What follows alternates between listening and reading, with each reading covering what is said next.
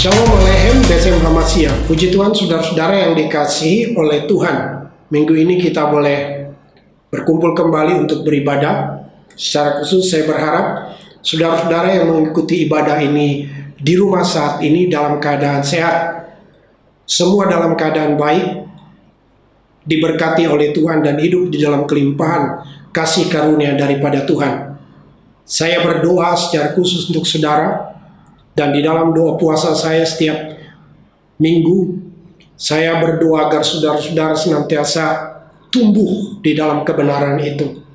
Sebab kebenaran firman Tuhan itulah yang memerdekakan. Mari saat ini saudara, siapkan Alkitab. Kita akan melihat tema kita pada minggu ini ialah kunci manunggal dengan Allah Tritunggal dalam teosis. Menurut 2 Petrus 1 ayatnya yang keempat, sebuah ide utama Injil tentang teosis. Bagaimana refleksi teologisnya dan signifikansinya bagi kita yang percaya pada masa kini. Mari kita baca 2 Petrus 1 ayat yang keempat. Dengan jalan itu, ia telah menganugerahkan kepada kita janji-janji yang berharga dan yang sangat besar, supaya olehnya kamu boleh mengambil bagian dalam kodrat ilah dan luput dari hawa nafsu duniawi yang membinasakan dunia. Saudara-saudara, teosis merupakan salah satu pengajaran yang sangat penting dalam kehidupan kekristenan. Ada dua alasan yang mendasar mengapa begitu penting pengajaran ini. Yang pertama, teosis adalah tujuan akhir kehidupan manusia, di mana manusia atau kita yang percaya akan kembali kepada gambar dan rupa kita yang sesungguhnya. Seperti yang dikatakan oleh Antoni dalam Philokalia, dia menekankan bahwa dia katakan begini, theosis is our purpose and goal in life. Jadi kita harus mengetahui tujuan akhir kehidupan kita sebagai manusia. Tujuannya ialah menyatu dengan Allah Tritunggal. Yang kedua, alasan mengapa teosis, pengajaran tentang teosis itu penting. Teosis merupakan inti utama berita sukacita dari Injil, yaitu kita dipanggil untuk turut atau ikut ambil bagian dalam kodrat ilahi atau hidupnya Allah Tritunggal itu. Dan Injil Kristus adalah kabar baik yang menyatakan kebenaran tentang hal itu. William J. Morris berkata seperti ini, bahwa the whole message of the New Testament is good news of great joy for all people. Bahwa seluruh pesan perjanjian baru adalah kabar baik tentang sukacita besar bagi semua orang. Mari kita bandingkan dengan Lukas 2 ayatnya yang ke-10. Lalu kata malaikat itu kepada mereka, jangan takut, sebab sesungguhnya aku memberitakan kepadamu kesukaan besar untuk seluruh bangsa. Jadi saudara-saudara, Injil kita menyatakan tentang sukacita besar ini bagi seluruh bangsa, bagi setiap orang-orang yang percaya. Sementara dalam poin yang kedua ini, Rick Warren dalam bukunya berjudul The Purpose Driven Life, dia berkata seperti ini, bahwa hidup dengan tujuan adalah satu-satunya cara untuk benar-benar hidup. Jadi manusia itu, saudara-saudara, hidup bukan tanpa tujuan. Maka oleh sebab itu mari kita belajar memahami maksud dan tujuan dari teosis dalam surat 2 Petrus pasal yang pertama ayatnya yang keempat ini, supaya pesannya itu menjadi sebuah kekuatan iman, supaya pesannya itu menjadi sebuah kekuatan bagi pengharapan kita, supaya pesannya itu menjadi kekuatan bagi kasih kita di dalam Kristus Yesus Tuhan kita. Mari kita masuk pada analisa teks. Kita baca pokok pikiran yang ada di ayat 3. Mari kita baca teks ini. Karena kuasa ilahinya telah menganugerahkan kepada kita segala sesuatu yang berguna untuk hidup yang saleh, oleh pengenalan kita akan Dia yang telah memanggil kita oleh kuasanya yang mulia dan ajaib. Menurut teks di ayat 3 ini, bahwa kita dipanggil, kita dipilih itu karena kuasa ilahinya. Maka oleh kuasa anugerah itu, kita ikut memperoleh bagian dalam harta kekal yang paling kaya, yaitu atribut atau sifat dan hidup Allah itu. Itu yang dinyatakan sebelum kita masuk kepada teks di ayat yang keempat ini. Itu yang dikatakan oleh kita. Nah, kita akan masuk pada pokok pikiran di ayat 4 ini. Kita baca. Dengan jalan itu, jadi dengan jalan itu, Ia telah menganugerahkan kepada kita janji-janji yang berharga dan yang sangat besar, supaya olehnya kamu boleh mengambil bagian dalam kodrat ilahi dan luput dari hawa nafsu duniawi yang membinasakan dunia. Saudara-saudara, menurut Christopher, ayat yang keempat ini dalam tafsirannya The Message of Jupiter, bahwa ada dua janji yang akan kita alami di dalam Tuhan dari teks ini. Dia berkata yang pertama ialah promise of glory, dan yang kedua ialah promise of escape. Bahwa janji pertama di situ, kita mengambil kodrat ilahi di dalam roh, di dalam terang dan di dalam kasih. Sementara janji yang kedua, bahwa kita diluputkan dari kuasa gelap. Nah, lalu kita perhatikan frasa di teks ayat yang keempat A mengatakan dengan jalan itu. Dengan jalan itu sebenarnya menunjuk kepada Kristus. Karena jika kita membaca teks ayatnya yang ketiga sebelumnya yang menyebutkan kuasa ilahinya, maka kuasa itu sendiri adalah Kristus. Kuasa itu adalah Kristus. Mengacu kepada kamus umum bahasa Indonesia, kuasa itu juga memiliki makna yang sama dengan kekuatan. Dapat dikatakan adalah dunamis. Sementara sinonim dari kata kekuatan ini adalah tenaga atau energi. Nah, energi tersebut, saudara-saudara, itu keluar dari dirinya Allah, kuasa ilahinya dari dirinya Allah. Yang keluar dari dirinya Allah itu adalah firman-Nya. Dan yang semakin menarik adalah firman itu menjadi manusia, yaitu Kristus Yesus, Tuhan kita. Bagaimana kita bisa membedakan apa itu energi, apa itu esensi? Saya mau mengutip pandangan dari Episkop Daniel Biantoro, pendiri dan pemimpin Gereja Ortodok Indonesia. Dia berkata seperti ini. Esensi ilahi adalah kehadiran Allah pada dirinya sendiri, atau hakikat Allah itu sendiri.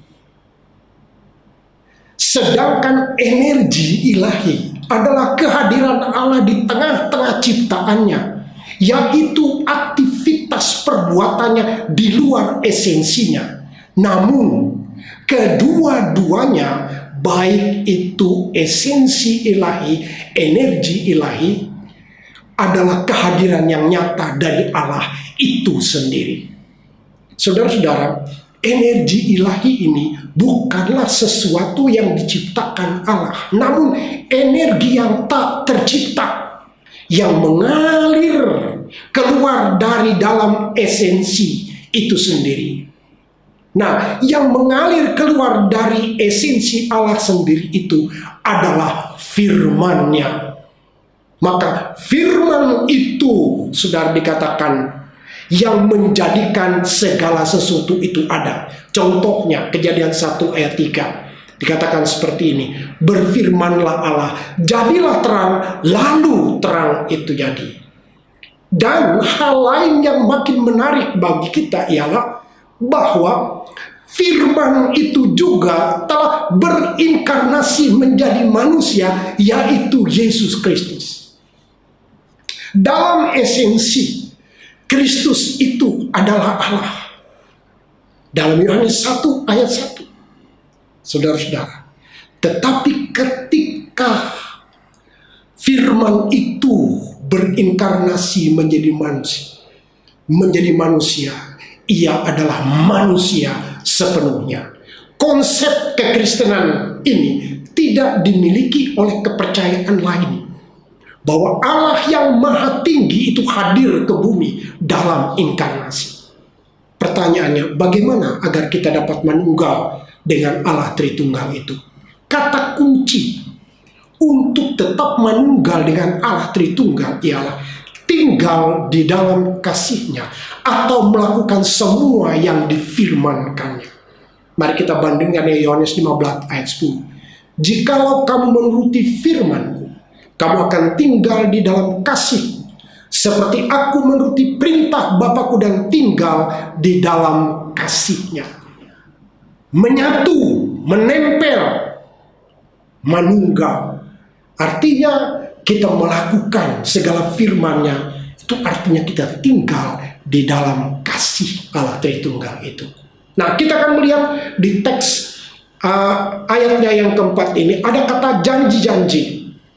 Yang dimaksudkan itu saudara merujuk kepada tulisan Petrus sebelumnya dalam 1 Petrus 1 ayat 3 sampai 5. Janjinya ini yaitu hidup yang penuh pengharapan.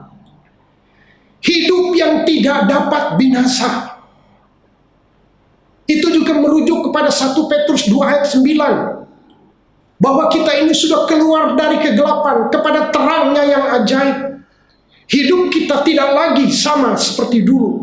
Hidup kita sekarang adalah hidup baru, di mana benih ilahi yang diberikan oleh Kristus di dalam hidup kita itu tidak dapat berdosa.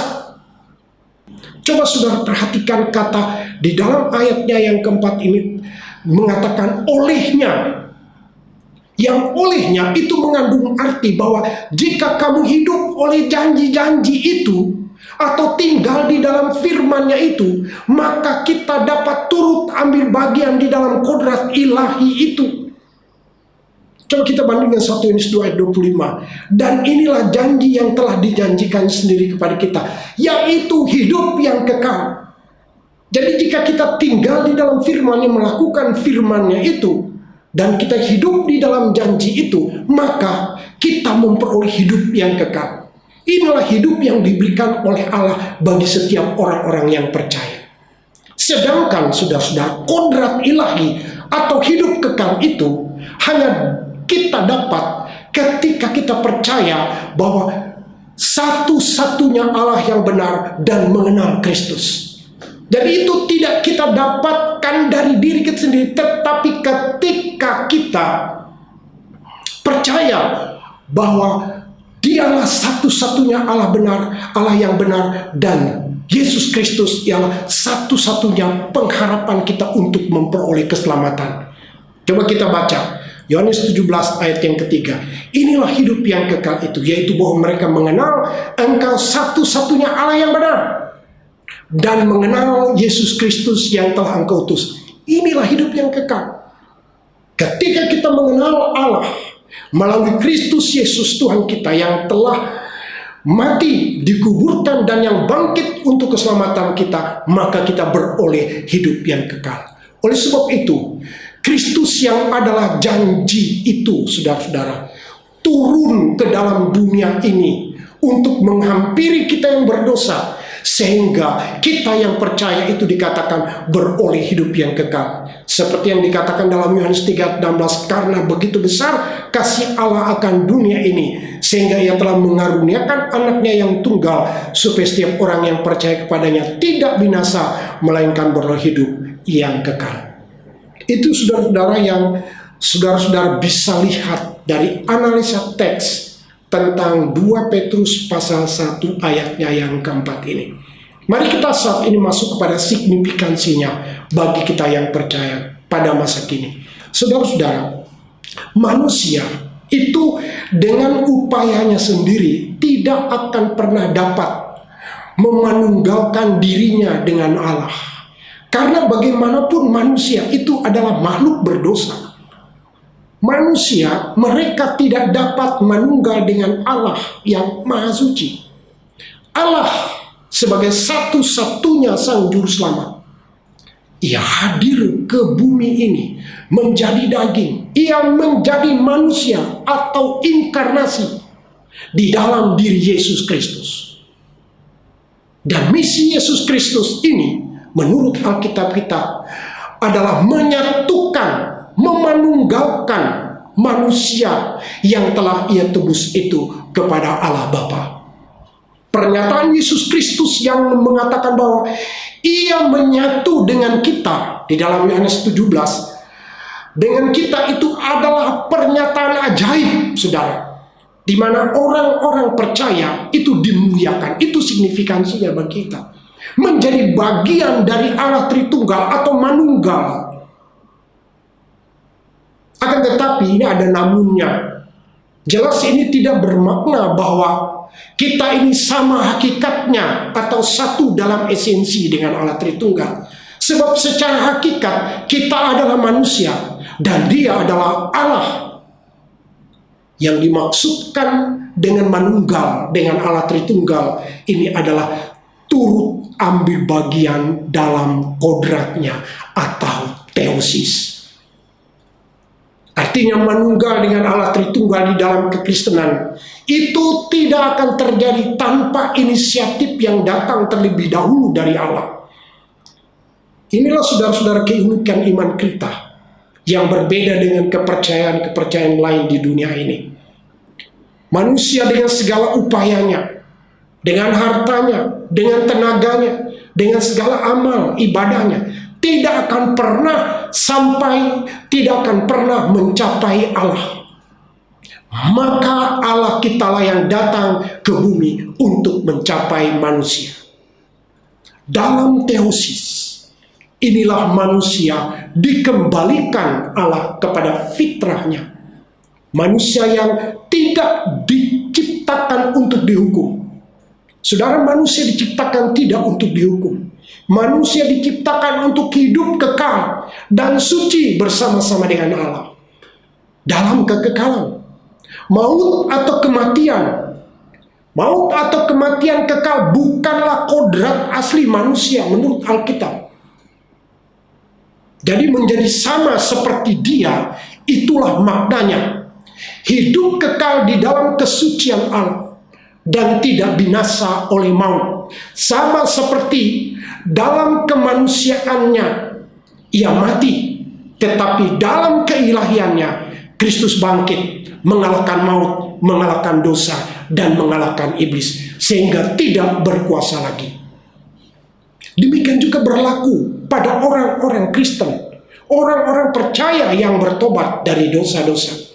Saudara-saudara, bahwa orang percaya yang bertobat, mengaku dengan iman sungguh-sungguh sebagai Tuhan dan Kristus satu-satunya, dan melakukan iman itu dengan hidup bergereja, di mana di dalam gereja itu kita bisa menerima sakramen-sakramen kudus yang telah disediakan Allah untuk menyempurnakan keselamatan kita dan menguatkan kehidupan rohani selama kita di dunia yang masih banyak godaan iman, sehingga kita boleh dibimbing untuk menuju kepada kesempurnaan seperti Dia yang adalah suci dan kekal.